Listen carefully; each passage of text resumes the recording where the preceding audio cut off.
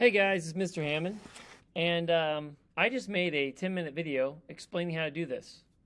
But then my video recorder decided not to record it, and well, it did record it, but then my computer froze, and well, anyway, to make a long story short, it wouldn't save it. So I'm not going to redo this because I already did it. I'm just going to talk you through it, and I'm sorry about that, but it is what it is. This is what you're going to be doing today. You're going to be graphing results, and I've made up some results up here at the top. These are not the results you got in class. Each block got different results.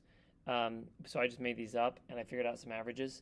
And I hope I didn't figure out averages that are exact same as yours, but if I did, lucky you. So the only thing we graph is the results, and you're going to be getting a little sheet of paper from the sub that looks like this. All right?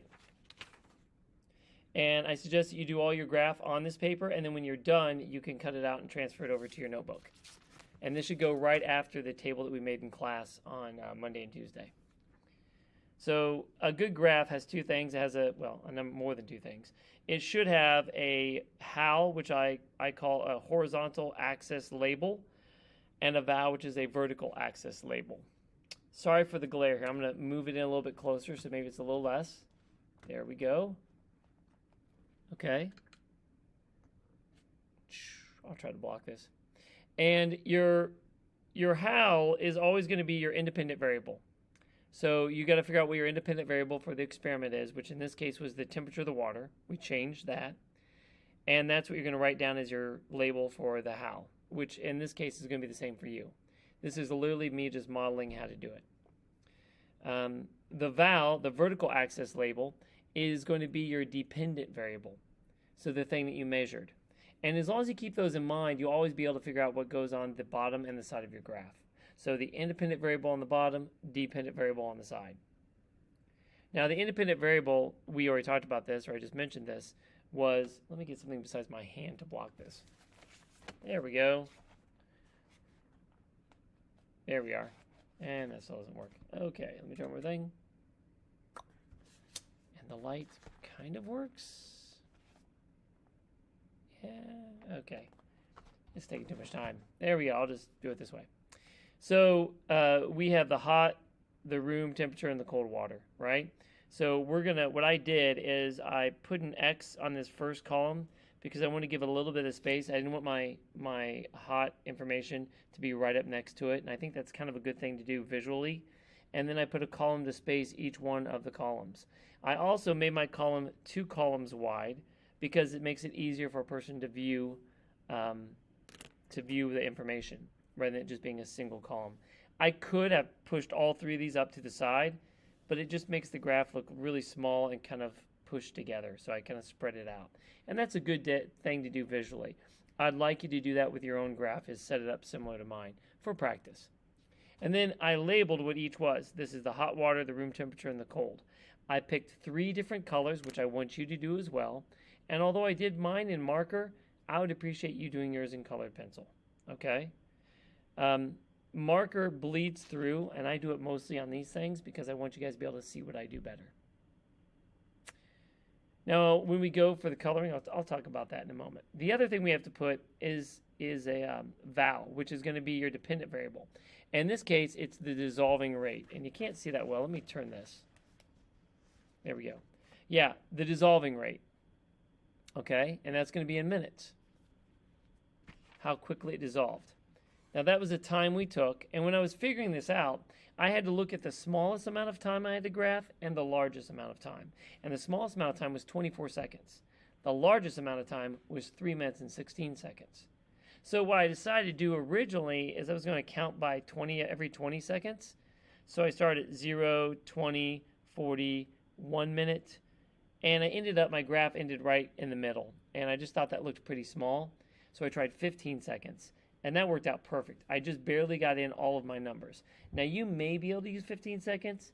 You may have to count by every 20 seconds. And if you do have to count by every 20 seconds, you just want to make sure that every time you get to 60, you don't write 60, you write the minute. Because every 60 seconds is a minute. So here I wrote 15, 30, 45, 1 minute. Now how this reads is this would be 1 minute, 30 seconds. This would be 2 minutes, 15 seconds would be this line. This line up here would be 3 minutes and 30 seconds. Once you have your vertical and your horizontal axis label, you're ready to graph. All you have to graph are your averages. You don't have to graph your trials, just your averages. So my first one for hot was 24 seconds.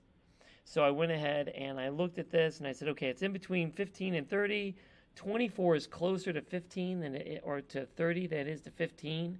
It's about 2/3 the way there. So I kind of estimated where 2/3 towards that mark is, and I drew my line.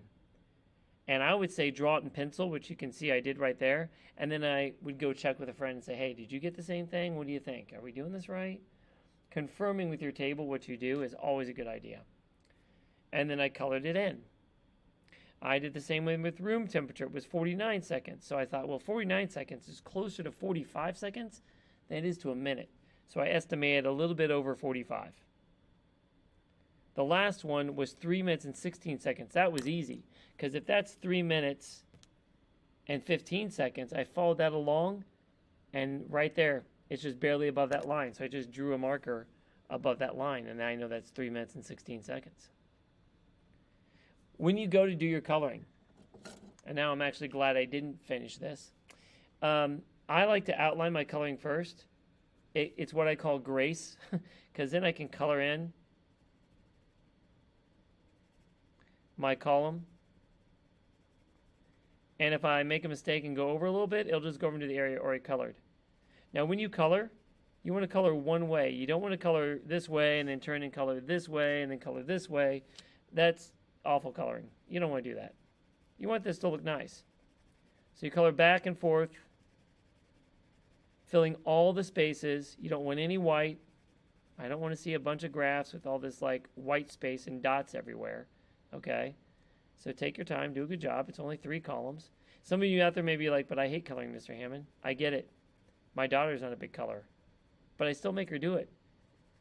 I mean, I'm not very good at spelling, but I still had to do it. We have to learn how to work through our difficulties. If we just did everything that was easy, the human race would never get anywhere. So if this is tough for you, I am sorry. I'm sorry it's something you don't enjoy, but you have to do a good job anyway. Take some pride in your work. It feels good when you do a good job. And so you will color all your columns. They should be 3 different colors. And the last thing you should always put on a graph is a title. And you can use my title.